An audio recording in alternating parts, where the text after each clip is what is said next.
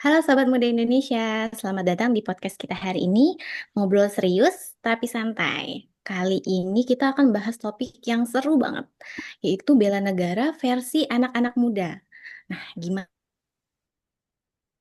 diri? Saya udah didatangin sama teman-teman saya yang keren, ada 4 narasumber kita yang akan bahas bela negara dari versi sudut pandang mereka nih. Sebelum kita ngobrol yang seru, kita kenalan dulu yuk sama narasumber kita. Silakan boleh mulai dari Kak Taufik nih. Hai, Assalamualaikum. Perkenalkan, nama saya Taufik. Saya CPNS dari Dinas Perikanan Kabupaten Banjarmasin. Kebetulan saya aktif di dunia digital. Boleh, Kak Anis nih, kenalan yuk. Halo semuanya, Assalamualaikum warahmatullahi wabarakatuh. Perkenalkan, nama saya Anis, CPNS Dinas Lingkungan Hidup yang aktif di komunitas sosial di bidang lingkungan. Salam kenal. Belum kenal. Kak Tika, boleh kenalan yuk. Halo, Assalamualaikum semuanya. Kenalin, saya Artika, CPNS dari Sekretariat Daerah Kabupaten Banyasin. Nah, yang terakhir ada Kak Hati nih, boleh kenalan yuk Kak. Halo, Assalamualaikum. Saya Hardi dari Dinas Pendidikan dan Kebudayaan Banyuasin. Salam kenal semuanya. Oke, Eh, kita udah kenalan nih sama 4 narasumber kece kita. Nah, mungkin anak muda zaman sekarang ini banyak nanya-nanya nih Kak, bela negara tuh apa sih? Harus angkat-angkat senjata gitu. Nah, kalau menurut kakak-kakak nih, bela negara versi anak muda tuh yang kayak mana sih? Kalau menurut aku sih, bela negara itu nggak harus angkat senjata ya. Apalagi di zaman globalisasi dan zaman serba digital sekarang, kita cukup untuk tidak mudah dan tidak menerima berita-berita hoax itu udah termasuk bela negara. Karena bagian dari bela negara itu adalah selalu memberikan informasi yang akurat tanpa termakan berita-berita hoax yang belum tentu kebenarannya. Kalau menurut Mbak Anis, gimana Mbak? Setuju banget sih, buat aku aksi nyata itu juga penting. Misalnya kita ikut gerakan lingkungan, kayak bersihin sungai atau tanam pohon. Nah, itu juga adalah bentuk cinta kita kepada tanah air. Kalau menurut Mbak Tika, gimana?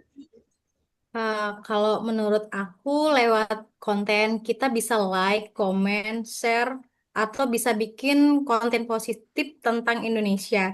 Jadi, bela negara itu bisa dimulai dari hal kecil, tapi dampaknya luas. Kalau menurut Kak Hardi, gimana nih? Untuk dari perspektif ASN muda seperti kita, bela negara juga itu tentang soal profesionalitas, etos kerja, dan yang lainnya. ASN juga harus melayani publik dengan transparan, adaptif, dan pakai teknologi digital. Jadi masyarakat merasakan kehadiran negara dan informasi yang tersampaikan benar. Gitulah, Pak. Jadi kita bisa tahu nih artinya bela negara tuh banyak ya bentuk wujudnya mulai dari yang paling sering kita mainin media sosial, mulai dari like, mulai dari share, mulai dari ke dunia nyata. Hmm, Kalau anak muda kita sekarang kan banyak nih yang aktif di media sosial, tapi rata-rata cuma lihat, like, paling sampai share. Gimana sih Kak biar kita nggak berhenti di like and share aja? Itu gimana? Kalau saya pribadi sih kuncinya tuh di konsistensi Mbak. Jadi gini, hal-hal yang bersifat positif kita nggak cuman share di dunia maya, tapi kita juga harus lakukan di kehidupan sehari-hari. Misalnya nih, ada open donasi atau ikut menyumbang walaupun hanya sedikit. Sehingga selain dari kita share di dunia sosial, tapi di kehidupan sehari-hari kita lakukan hal-hal yang bersifat positif sehingga kita tidak mudah untuk termakan oleh isu-isu hoax yang belum tentu kebenarannya. Atau menurut Mbak Tika gimana Mbak?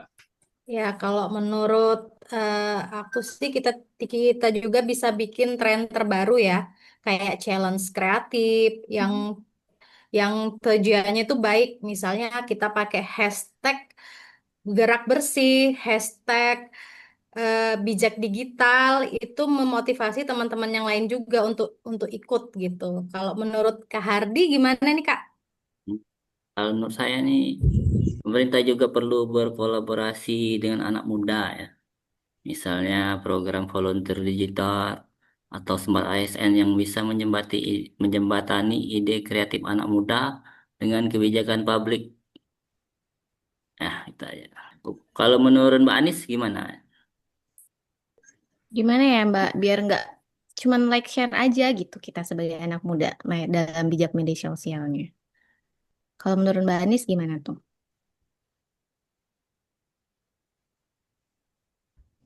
Kalau menurut aku sih yang sering saya lihat banyak kan kampanye sosial viral. Nah, dari medsos itu akhirnya orang akan datang ke lapangan. Jadi medsos bisa jadi pintu awal untuk aksi nyata. Dengan viral, orang akan lebih melihat dan tertarik untuk melihat suatu isu. Hmm. Jadi media sosial tuh sebenarnya artinya banyak banget ya dampak positifnya bisa kita ambil sebagai wujud bela negara kita.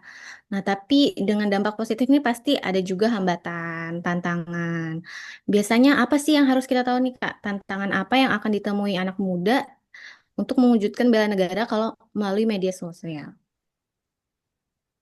Tantangan terbesar kalau menurut saya sih dari banjir informasi ya Mbak. Di era digital sekarang kan sangat mudah kita mengakses informasi-informasi, baik itu belum tentu ya, belum tentu tahu kebenarannya. Maka dari itu generasi muda sekarang harus pandai-pandai dalam memfilter mana yang informasi yang emang real, nyata, dan mana informasi yang hoax, sehingga tidak akan menyebabkan nanti akan terjadinya kegaduhan di masyarakat. Nah, kalau untuk Mbak Ani sendiri gimana Mbak? Kalau saya yang sering turun ke lapangan ya, tantangannya itu salah satunya partisipasi. Misalnya ada yang datang di awal-awal semangat, tapi setelahnya nggak konsisten kayak gitu. Nggak datangnya di awal saja, tapi acara-acara selanjutnya tidak hadir lagi. Jadi keterlibatan untuk partisipasi itu kurang. Seperti. Kalau menurut Mbak Tika gimana? Kalau dari sisi kreator itu tantangannya menjaga konten tuh agar tetap positif ya, tetap menarik karena biasanya konten receh itu biasanya lebih cepat viral gitu. Kalau menurut Kak Hardi itu gimana Kak? Saya untuk di ASN ini ya, tantangannya adalah birokrasi kita yang sering sekali lambat. Tapi kita akan terus mendorong transformasi digital supaya layanan publik ke depannya lebih cepat dan lebih ramah untuk anak muda. Saya. Oke, makasih banyak nih Kak. Kita jadi udah banyak tahu tentang bela negara versi anak muda tuh kayak mana. Bisa dari media digital, artinya medsos, like, share, bikin-bikin konten positif. Tapi sebelum kita tutup nih bincang-bincang kita yang seru ini, dari kakak-kakak ada pesan-pesan nggak untuk anak muda kita? Pesan untuk anak muda kita adalah mulailah dari hal kecil, terutama berbijaklah menggunakan media sosial, karena media sosial itu salah satu sumber data dan sumber berita, dan kita harus memfilter mana berita yang akurat dan mana berita yang hoax. Dari Mbak Anies, gimana Mbak? Menurut saya sih aksi nyata kita tuh nggak harus besar. Contohnya kayak kita peduli dengan lingkungan sekitar aja, itu udah jadi bentuk cinta Indonesia. Misalnya kita mengurangi sampah, kita pungut itu, kita udah menunjukkan kalau kita tuh cinta akan Indonesia. Kalau menurut Mbak Tika, gimana? Kalau menurut aku nih, gunakan kreativitas itu untuk hal yang positif. Jadiin media sosial itu sebagai alat perubahan. Jadi biar lebih baik ke depannya. Kalau menurut Kak Hardi gimana nih Kak? Menurut saya sih kita harus percaya ya, dengan pemerintah ini.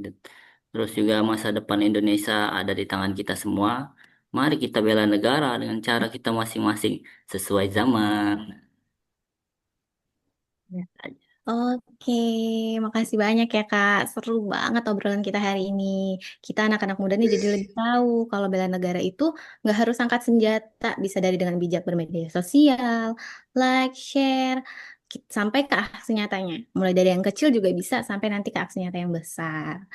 Makasih banyak buat Kak Taufik, Mbak Anis, Mbak Tika, Kak Hardi udah berbagi eh, bela negara versi anak muda dari CPNS calon pemimpin masa depan tuh kayak mana. Saya Ririn izin nutup podcast kita hari ini. Sampai ketemu di podcast-podcast selanjutnya. Tetap semangat, tetap cinta Indonesia. Salam bela negara. Salam bela negara. Dah. Dah.